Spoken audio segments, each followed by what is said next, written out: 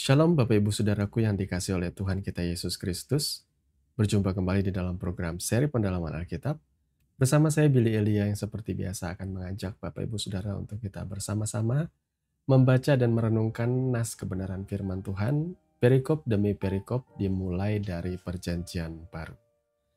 Dan di dalam seri pendalaman Alkitab kali ini kita memasuki perikop yang ke-101, yang kali ini terambil dari Injil Matius pasal yang ke-22, ayat 41 sampai dengan ayatnya yang ke-46. Dan apabila Bapak Ibu Saudara sudah mempersiapkan Alkitabnya masing-masing, saya mau mengajak kita sekali lagi untuk membaca nas firman Tuhan ini bersama-sama. Matius 22 ayat 41 sampai dengan ayat 46 dengan judul perikop hubungan antara Yesus dan Daud. Ketika orang-orang Farisi sedang berkumpul, Yesus bertanya kepada mereka. Katanya, "Apakah pendapatmu tentang Mesias? Anak siapakah dia?" Kata mereka kepadanya, "Anak Daud." Katanya kepada mereka, "Jika demikian, bagaimanakah Daud oleh pimpinan roh dapat menyebut dia tuannya ketika ia berkata, 'Tuhan telah berfirman kepada Tuanku, duduklah di sebelah kananku sampai musuh-musuhmu kutaruh di bawah kakimu.' Jadi jika Daud menyebut dia tuannya, bagaimana mungkin ia anaknya pula?" Tidak ada seorang pun yang dapat menjawabnya. Dan sejak hari itu tidak ada seorang pun juga yang berani menanyakan sesuatu kepadanya. Amin untuk kebenaran firman Tuhan. Sebelum kita sama-sama merenungkan kebenaran firman yang sudah kita baca, mari kita terlebih dahulu merendahkan hati dan berdoa. Terima kasih Bapa, Engkau memberikan kami kesempatan untuk bersaat teduh, sama-sama mengupas, sama-sama menyelidiki akan kebenaran firman-Mu.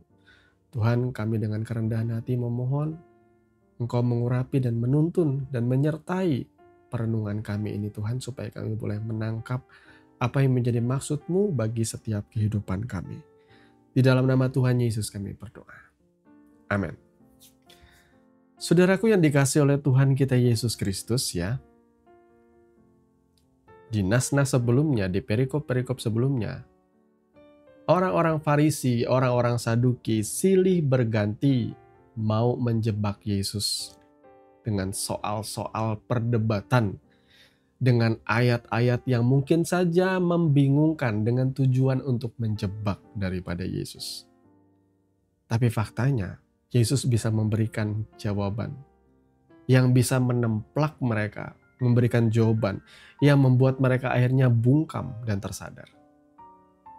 Sampai akhirnya tiba gilirannya di dalam perikop kali ini, Yesus yang kemudian bertanya kepada mereka, "Apa pendapatmu tentang Mesias?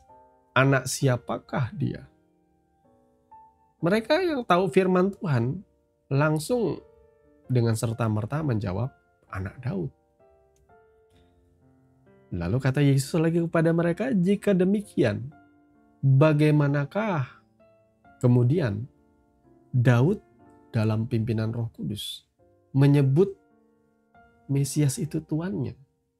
Ketika ia berkata, 'Tuhan telah berfirman kepada Tuanku, duduklah di sebelah kananku, sampai musuh-musuhmu kutaruh di bawah kaki.'" Jadi jika Daud menyebut dia Tuhan, bagaimana mungkin ia anak pula? Ini membuat saya jadi tertarik membahas ini ialah karena begitu relate hari-hari ini saudaraku ya. Begitu banyak kaitannya hari-hari ini. Orang mempertanyakan, oh Yesus itu cuma manusia biasa. Bukankah ia adalah anak Yusuf dan Maria? Bagaimana mungkin orang Kristen bisa menyembah dia adalah Tuhan dan Juru Selamat? Bukankah ini seperti itu bahwa Yesus menderita? Bukankah Yesus berdoa kepada Allah siapa lagi? Tetapi mereka mengabaikan, sebagaimana Yesus juga mengajarkan di sini ya, bahwa jawaban-jawaban itu semua ada di dalam firman Tuhan. Jadi kalau orang mempertanyakan, oh kasihan, Tuhan yang disembah oleh orang Kristen, Yesus Kristus itu cuma manusia biasa, dituhankan oleh mereka. Buktinya ia menderita, mati di atas kayu salib. berarti dia Tuhan lemah, aneh.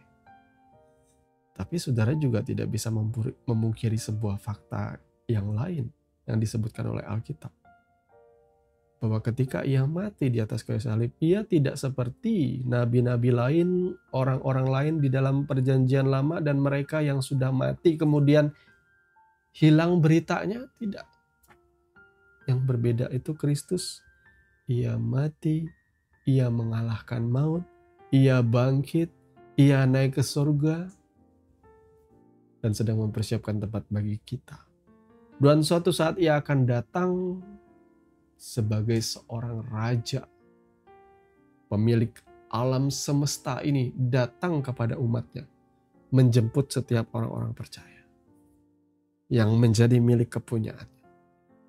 Karena tidak ada nama di atas nama selain daripada nama Yesus. Saudara, untuk mengkonfirmasi sebuah kebenaran, kita jangan mengambil cuma sebagian saja. Itu sebabnya saya mau katakan kepada orang Kristen, saya tidak mau belajar tentang kekristenan dari orang-orang di luar Kristen. Dari Donditan lah, mau dari Zuma lah, mau dari game Zuma lah. Saya bukan orang yang pengen belajar dari mereka. Karena apa? Karena mereka adalah orang-orang yang memang dipersiapkan untuk berdebat. Mereka memang mencari-cari kesalahan dari tulisan-tulisan. Mereka mencari celah-celah. Bagi saya menjadi orang percaya itu belajar kitab suci itu harus dengan iman di dalam kasih. Dan Roh Kudus yang akan menerjemahkannya dalam hati dan pikiran saudara. Kalau dari kebencian, saudara tidak akan pernah bisa mendapatkan apa-apa. Karena firman Tuhan itu terlalu suci, terlalu murni untuk dijamah oleh orang-orang yang duniawi dan penuh dengan kebencian. Saudaraku, orang banyak kali gagal, lebih-lebih mereka yang di luar Kristen, ya, yang belum percaya kepada Kristus. Karena yang bisa membuat kita mengerti akan Tuhan, yang membuat kita diterangi pikiran kita akan kebenaran, adalah Roh Kudus yang dianugerahkan dalam hidup kita. Tanpa roh ini orang akan berusaha menerjemahkan firman Tuhan itu dengan pikirannya semata. Pikiran itu tidak salah, tetapi pikiran kita tuh sudah jatuh dalam dosa dan digelapkan, terpisah dari Tuhan. Sementara pikiran Kristus, itu kita akan diterangi ketika belajar kebenaran firman Tuhan. Itu hal-hal yang tersembunyi akan Tuhan singkapkan. Maka banyak orang yang membaca kitab suci, orang Kristen, perjanjian lama, perjanjian baru, tapi dengan hati yang belum diperbaharui oleh Kristus, mereka gagal mendapati kebenaran. Karena mereka menerjemahkan dengan jalan pikiran mereka sendiri, dengan cara mereka sendiri, dengan latar belakang agama mereka. Mereka gagal mempelajari itu. Saudaraku ya, lebih-lebih saya sudah berulang kali menyampaikan ini, ketika kita belajar kitab suci, kita menggunakan sudut pandang kita orang Indonesia, tata bahasa kita orang Indonesia, tidak lagi belajar tentang tata krama, adat budaya Semitik yang ditulis di dalam Alkitab. Ini kan sudah ribuan tahun umurnya. Tidak bisa kita terjemahkan hanya dengan sudut pandang kita sekarang, seenak perut kita, tanpa kita menyelidiki dengan sungguh-sungguh. Belajar dari berbagai literatur dan mengizinkan Alkitab menjawab Alkitab. Firman Tuhan menjawab firman Tuhan. Orang-orang meragukan Yesus adalah Tuhan. Enggak, saya tetap percaya Yesus adalah Tuhan. Sekalipun saudara memaparkan fakta-fakta yang menurut saudara, saya juga punya kebenaran berdasarkan Alkitab saya. Saya cuma berpatokan pada itu, bukan ucapan orang, bukan ucapan pendeta saya. Karena saya menyelidiki sendiri firman Tuhan. Tidak ada orang yang mengampuni dosa selain daripada Tuhan. Tapi kitab suci saya berkata, Yesus mengampuni dosa. Tidak ada yang berani berkata, aku dan Bapa adalah satu. Kalau engkau melihat aku, engkau sedang melihat Bapa. Hanya Yesus yang berani mengatakan. Saudara ya, tidak ada yang berkuasa seperti Kristus di dalam pelayanan yang penuh dengan kemuliaan itu. Kalau bukan ia adalah Allah sendiri yang menjadi manusia. Ia tidak perlu berkuar-kuar menyatakan akulah Tuhan, sembahlah aku. Sebagaimana Yesus juga mengajar, tanda daripada orang percaya itu tidak perlu engkau katakan aku orang Kristen, aku orang Kristen. Dari buahnya kamu akan diketahui, kamu akan dikenal. Ya saudara ya, Bapak Ibu Saudara yang kekasih, di sini orang-orang Farisi, ahli-ahli agama, ditanya oleh Yesus tentang Mesias. Membingungkan bukan? Bukankah Daud berkata ia adalah keturunan Daud, Mesias itu? Tapi kemudian kenapa ada nas lain yang berkata bahwa Daud pun berkata kepada Mesias itu Tuanku. Tuanku itu menggunakan kata Adonai yang ditujukan kepada orang yang derajatnya lebih tinggi dan ditujukan untuk Tuhan. Sementara Daud pada waktu itu seorang raja. Siapa yang lebih tinggi lagi daripada raja? Dia berkuasa, dia raja. Penguasa tunggal di Israel pada masa itu. Dan dia masih memanggil sang Mesias itu Tuanku. Kita bisa menarik kesimpulan apa? Alkitab itu begitu luar biasa menjawab pertanyaan-pertanyaan. Ya. Kalau saudara meragukan tentang Kristus, bagaimana mungkin ia seperti ini, seperti itu? Kembalilah dulu kepada firman Tuhan dan lihatlah fakta-fakta yang lain yang digambarkan oleh kebenaran firman Tuhan. Ya saudara ya, sehingga mata saudara terceli, terbuka melihat kebenaran ini. Banyak bukti-bukti yang dinyatakan dengan luar biasa. Nubuat-nubuat yang Yesus ucapkan pun digenapi, saudara. Dia tidak hanya seorang nabi yang kemudian mati dan kehilangan kisahnya cuma sekedar sejarah, enggak, dia memberikan dampak luar biasa. Dan apa yang diajarkan itu bisa diterima oleh hak asasi manusia, bisa diterima oleh hukum negara dimanapun bisa diterima. Apa yang Yesus ajarkan. Nah, Yesus tidak mengajarkan radikalisme. Ajaran dari Kristus itu luar biasa, saudara. Penuh dengan kasih, penuh dengan kebaikan. Jadi kalau seandainya mereka memberikan jawaban seperti ini, anak Daud, dan mereka memberikan jawaban yang begitu meyakinkan, kemudian Yesus bertanya balik, jika demikian bagaimanakah Daud oleh pimpinan roh dapat menyebut dia tuannya? Sama seperti hari ini. Orang-orang akan berkata, Yesus ini cuma ini, Yesus ini cuma nabi, cuma utusan. Tetapi saudara tidak bisa memungkiri ada begitu banyak fakta yang lain. Beberapa diantaranya sudah saya sampaikan ya, di dalam salah satu podcast Mutiara hari ini ya. Bahwa yang membuat kita yakin Yesus itu Tuhan itu ada beberapa alasan. Saudara bisa cek lah di playlist di dalam podcast Mutiara hari ini. Di situ saya ada menyampaikan satu yang diantaranya ialah Yesus mengampuni dosa. Tidak ada orang yang berkuasa untuk mengampuni dosa selain Allah sendiri. Makanya ia dibilang kamu menghujat Tuhan, kata orang-orang Farisi. Dengan mengatakan dosamu diampuni. Betul. Tidak ada di dunia ini bisa mengampuni dosa selain daripada Tuhan. Apakah Tuhan Yesus atau Yesus Kristus begitu lancang mengatakan hari ini dosamu sudah diampuni? Enggak. Dia mengatakan itu dari naturnya sebagai Allah, sebagai Tuhan. Yang orang tidak bisa melihat itu. Ya. Kenapa sih orang-orang di luar sana begitu bencinya dengan kekristenan? Padahal apa yang diajarkan itu penuh dengan belas kasihan. Penuh dengan kebaikan. Apa yang Yesus sampaikan itu luar biasa. Kenapa begitu benci dengan kekristenan? Ya, begitu kerasnya menyelidiki ajaran Kristen untuk mencari kesalahan. Saya selalu bertanya-tanya, seandainya mereka juga begitu keras dengan ajarannya, mungkin mereka tidak akan tertipu lagi dengan ajaran mereka sendiri. Seperti itu. Ya. Karena firman Tuhan ini ya dan amin. Firman Tuhan ini didapati tidak cuma dari 1-2 buku, tapi dari ribuan gulungan, tulisan-tulisan, surat-surat. Yang kalau dicek satu dengan yang lain itu nilai standar errornya itu sangat kecil sekali, di bawah 0, sekian. Cuma perbedaan di tulisan titik koma doang kadang. Saking begitu akuratnya. Jadi kalau orang bilang sama kita orang Kristen, wah Injilmu itu, kitab sucimu itu sudah dipalsukan. Kalau sudah dipalsukan, tolong tunjukkan yang aslinya mana kepada kami.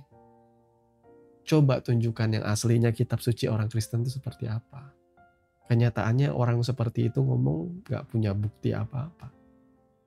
Kalau kita orang Kristen itu punya buktinya, yang meneguhkan dan menegaskan betapa luar biasa Tuhan pun melindungi bukti-bukti tentang atau mengenai kitab suci itu di sepanjang zaman terpelihara. Ada begitu banyak salinan-salinan yang ditemukan di Gua Qumran, kemudian dikonfirmasi dengan salinan-salinan yang ditemukan sebelumnya. Itu tidak ada yang bertolak belakang, kecuali Injil-Injil apokrif itu palsu, itu dicek tulisan-tulisannya biasanya sudah yang terbaru. Sudah bukan di eranya Yesus Kristus dan para rasul, biasanya sudah yang terbaru, lebih baru, yang belakangan itu biasanya yang palsu-palsu. Injil apokrif itu yang kadang-kadang dipakai oleh orang-orang di luar kekristenan untuk menyerang kekristenan. Kan bukannya ada Injil ini, nggak bisa. Itu kalau istilahnya pendahulu-pendahulu kita ya, bapak-bapak gereja lah istilah orangnya. Bagi saya itu adalah hamba-hamba Tuhan di masa yang lalu. Begitu ketat untuk menjaga kebenaran firman itu. Mereka akan saling cek dan recheck dari salinan ini dengan salinan tulisan-tulisan ini. Apakah sinkron atau tidak. Karena jelas yang lebih banyak yang sinkron itu yang lebih tepat ya. Kalau ada dari 100 tiba-tiba ada satu yang ngomongnya berbeda Yesusnya, berarti ini orang bisa diyakinkan bahwa ya palsu. Kalau dicek lagi, oh palsu. Makanya Yesus berkata akan ada orang yang memberitakan Yesus yang lain. Yesus yang lain itu apa sih? Ya Yesus yang tidak berkuasa. Yesus yang bukan Tuhan. Yesus yang hanya sekedar nabi, hanya sekedar guru. Yesus yang hanya sekedar panutan, tetapi bukanlah Yesus yang adalah Tuhan. Ada banyak orang akan menyampaikan itu. Tapi saya dan saudara harusnya diyakinkan dalam hal ini. Tidak usah diragukan lagi. Bahwa ada begitu banyak kebenaran firman Tuhan yang harusnya kita cerna dalam hidup kita. Makanya jangan hanya belajar firman Tuhan sepotong demi sepotong. Saudara bukan umat hafalan, saudara adalah umat kontekstual. Saudara belajar firman Tuhan jangan cuma menghafal ayat. Tetapi saudara harus mengerti konteksnya. Supaya saudara paham, supaya saudara dimerdekakan, supaya saudara bisa menjelaskan dengan baik. Ya bahkan saya yakin dan percaya ketika saudara lahir baru, isilah waktumu untuk membaca kitab suci itu sampai selesai dari Kejadian sampai Wahyu. Bukan supaya apa ya, bukan supaya saudara masuk surga, enggak seperti itu. Saya baca kitab suci dari Kejadian sampai Wahyu, godaan dosa tetap ada selama saya masih melekat dalam tubuh daging, tetapi setidaknya saya belajar untuk mau memahami Tuhan, mau mengenal Tuhan. Dan buahnya apa? Ketika saya membaca kitab suci lebih daripada 15 kali. Saya ingat saya itu 15 kali itu beberapa belas tahun yang lalu. Saya sudah menyelesaikan 15 kali dari Kejadian sampai Wahyu. Apakah saya masuk surga? Ya saya masuk surga bukan karena membaca kitab suci dari Kejadian sampai Wahyu. Tetapi itu sebuah bentuk saya ingin mengenal firman-Nya. Saya ingin mengenal pribadinya. Saya mendapatkan gambaran tanpa saya dijelaskan oleh pendeta manapun. Atau apologet manapun. Saya dengan tegas berkata Yesus adalah Tuhan. Karena saya mendapatkan sebuah gambaran utuh. Ya, walaupun saya tidak sepenuhnya ingat ini ayatnya di sini, ini ayatnya di sini. Begini ayatnya, tapi saya tahu. Ini ayatnya tinggal saya buka.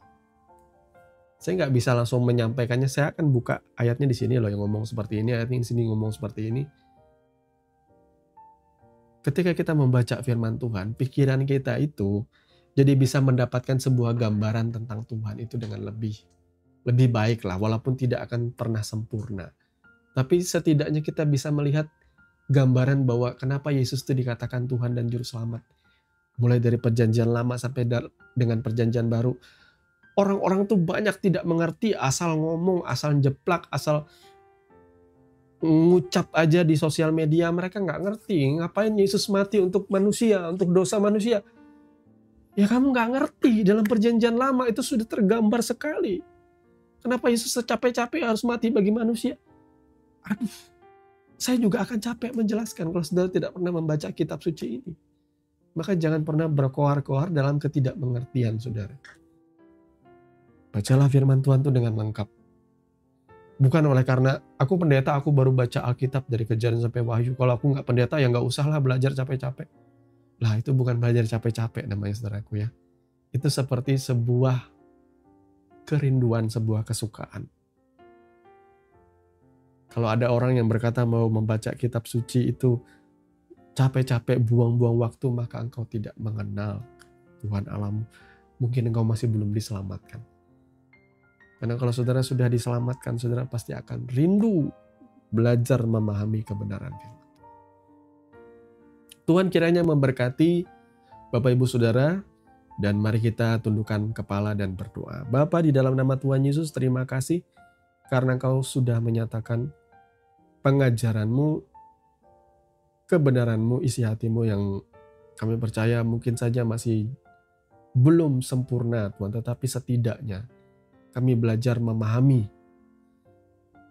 akan maksud dan kehendak-Mu melalui kebenaran firman-Mu. Bapa, kuatkan kami, teguhkan kami, agar iman kami tetap teguh di dalam Engkau, oleh karena pengertian kami, oleh karena pemahaman kami yang sempurna, yang lengkap ketika kami memberikan waktu kami yang terbaik, Tuhan. Belajar mengenal Engkau secara pribadi melalui firman-Mu. Sehingga firman-Mu itu yang menguasai hati dan pikiran kami akan menjagai langkah hidup kami, akan mempengaruhi keputusan-keputusan kami, sehingga kami akan memberi yang terbaik kepada Tuhan dan mengambil keputusan yang terbaik juga sesuai dengan rencana Tuhan. Terima kasih Bapa, karena Engkau sudah menyatakan isi hati-Mu. Kami bersyukur kepadamu. Di dalam nama Tuhan Yesus kami berdoa. Amin. Bapak Ibu Saudara yang dikasihi oleh Tuhan kita Yesus Kristus, kita sudah sampai di penghujung program seri pendalaman Alkitab. Saya mengucapkan banyak terima kasih bagi Bapak Ibu Saudara yang sudah tetap setia mengikuti channel ini dan mendukung kita di dalam doa. Kami berharap saudara terus bertumbuh di dalam iman, pengharapan, dan kasih saudara. Terus bertumbuh menuju kedewasaan yang penuh dan keserupaan dengan Kristus. Sampai bertemu lagi di dalam program seri pendalaman Alkitab yang berikutnya. Akhirnya saya Billy Elia pamit. Kiranya kasih karunia di dalam Tuhan kita Yesus Kristus melimpah di dalam kehidupan saudara senantiasa. Shalom.